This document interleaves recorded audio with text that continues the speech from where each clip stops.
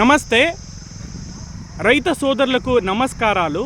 ఈరోజు మేము సిరిపురం గ్రామంలో ఉన్నాము.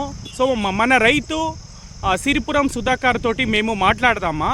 లాస్ట్ 3 సంవత్సరాల నుంచి మన హైబ్రిడ్ వాళ్ళు కల్టివేట్ చేశారు. ఇప్పుడు అడుగుదామా ఎలా ఉంది మన హైబ్రిడ్. సార్ నమస్తే. ఇప్పుడు చెప్పండి. నేను 3 సంవత్సరాల నుంచి 3485 సాగు చేస్తున్నాను.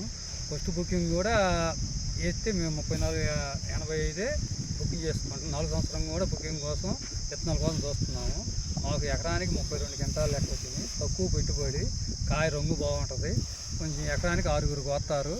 బలం కూడా తక్కువ వేస్తున్నాము. పై మందులు తక్కువే, తోలుగాయలు తక్కువ. కొంచెం వర్షానికి కొంచెం ఆగిద్ది. అందుకని ముందు వర్షం పడినా కూడా కొంచెం తోలుగాయలు తగ్గిద్దని ఫస్ట్ ప్రిఫరెన్స్ ఈ విత్తనానికి ఇస్తున్నాను నేను. ఓకే, మీకు రంగు మార్కెట్లో ప్రైస్ ఎలా ఉంది అండి? ఇది మార్కెట్లో మామూలుగా మంచి రేటే బాగుంది. మంచి రేటు బాగుంది ఎందుకంటే మంచి రంగు బాగుంది కాబట్టి మీకు మార్కెట్లో మంచి ప్రైస్ దొరుకుతుంది. సన్నీడు వస్తుంది కాయ. ఓకే,